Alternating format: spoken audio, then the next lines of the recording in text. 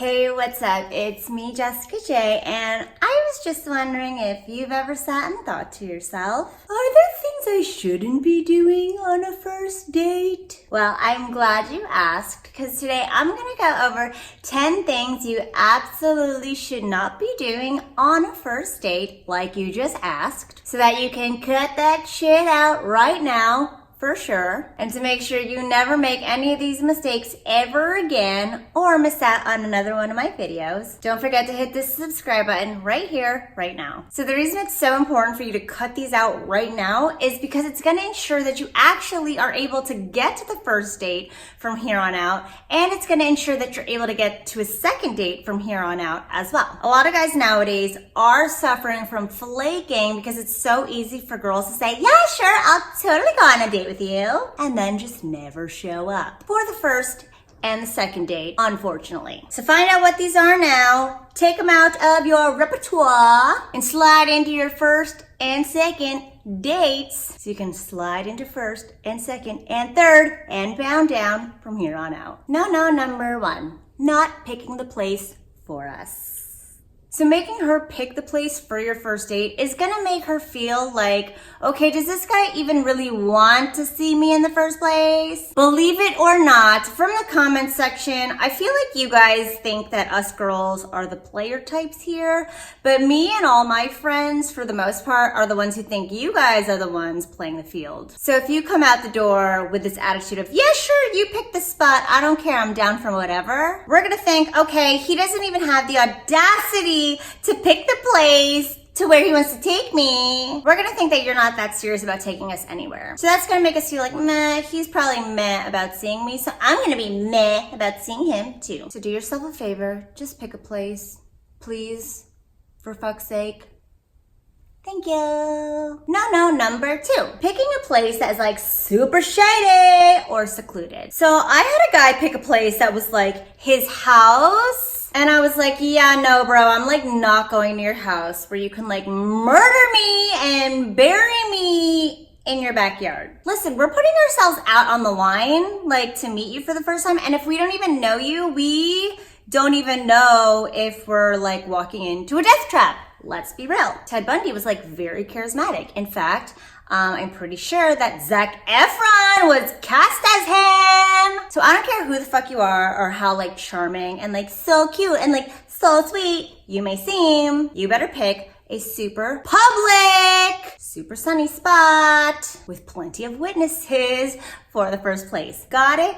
Good. No, number three, not looking your best for the occasion. Okay, fine. I've heard plenty of people say that like, don't overdo it for the first date. You don't want to show up in like a suit and tie and a tux if y'all are going to Starbucks. But you do want to look your best for where you are, right? You wouldn't show up to a job interview in like a baseball cap and boxers. So why would you show up to a first date like, I don't care, like she could take it or leave it? You're showing up to see, is this going to be a girl that I want to have in my life? And you're going out in public, at least be presentable for public viewing. Because you might see a girl out in public that you will want to take out on a date later if it doesn't work out with this one. Let's be real. No, number four, getting overly wasted or stoned. So I went on a first date where the guy showed up and he got like really stoned and he was like, I just have to apologize. I'm like really fucking stoned right now.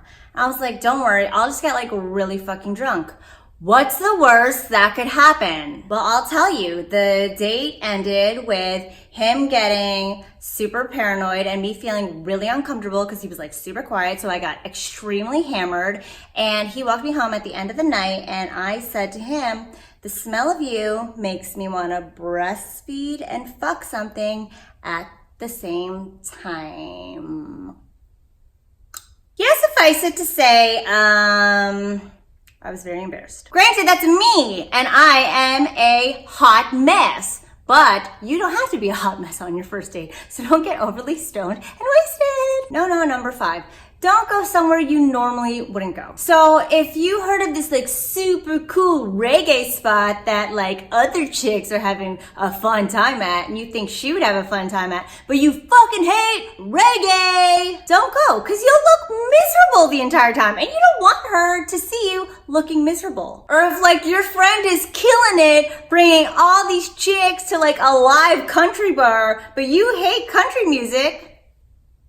Bottom line, you want to go somewhere that you have fun and that you feel comfortable and that brings out your best self. You don't want to go somewhere that is out of your element or that is somewhere that you're going to show up and be like, I don't really like this place. Do you like this place? Because it's going to make you look like you're off your game or that you're not confident in who you are or that you don't know what you're doing. And you don't want to look like you don't know what the fuck you're doing on a first date. Trust me. No, number 6. Don't overindulge or overshare. Listen, the point of the first date is really just to see if you can sit and have a conversation with this person. You don't need to be spending all this money or spend money on these lavish dinners. You just really need to see if like, okay, can I stand to sit with this person for a couple seconds? You probably met at a bar, maybe you met through friends really quick, or maybe you met on like a dating app. Chances are you haven't had the time to sit and have a conversation for like more than 10 to 15 minutes with this person. So really, you just need to see if you can stand to sit for 10 to 15 minutes with this person. The last thing you want to do is have an overly indulgent conversation about how your father used to berate you, about how you weren't as good at sports as your brother and how you used to cry yourself to sleep. That's like showing up to the first date butt naked and being like, well, we're gonna get to this anyway. So keep it light, keep it casual, because you just want to see if you could vibe for a couple minutes with this person, realistically. Which brings me to number 7. Don't get overly sexual. Again, first date is, can I just stand to sit and have a regular conversation with this person for 10 to 15 to maybe a half hour. Getting too sexual on the first date, again, is just the same as bearing your dick on the first date, because you might get to it eventually. It's just not necessary. It's about building attraction and getting to know one another. Right now, this is just the phase of, can I get to know this person? Would I even want to get to know this person? And getting too sexual is exactly like whipping your dick out and playing the odds. It's just not necessary. So don't even do it. No, number 8.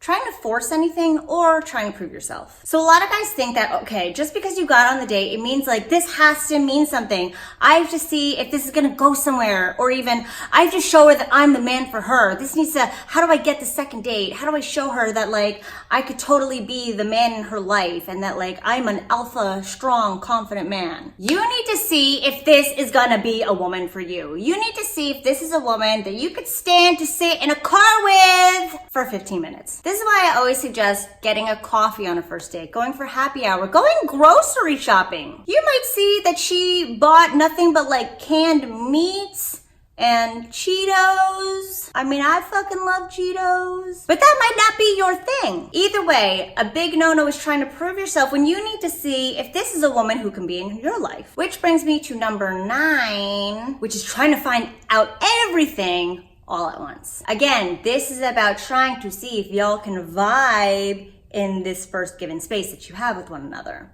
So trying to treat this like an interview, like, okay, well, here's what I do. This is what I like to do on the weekend. And this is how I grew up. And I got this many siblings. And this is what we do. And what do you like to do for fun? This is what I like to do for fun. Do you think that we could ever do all these fun things together at one time? I don't know.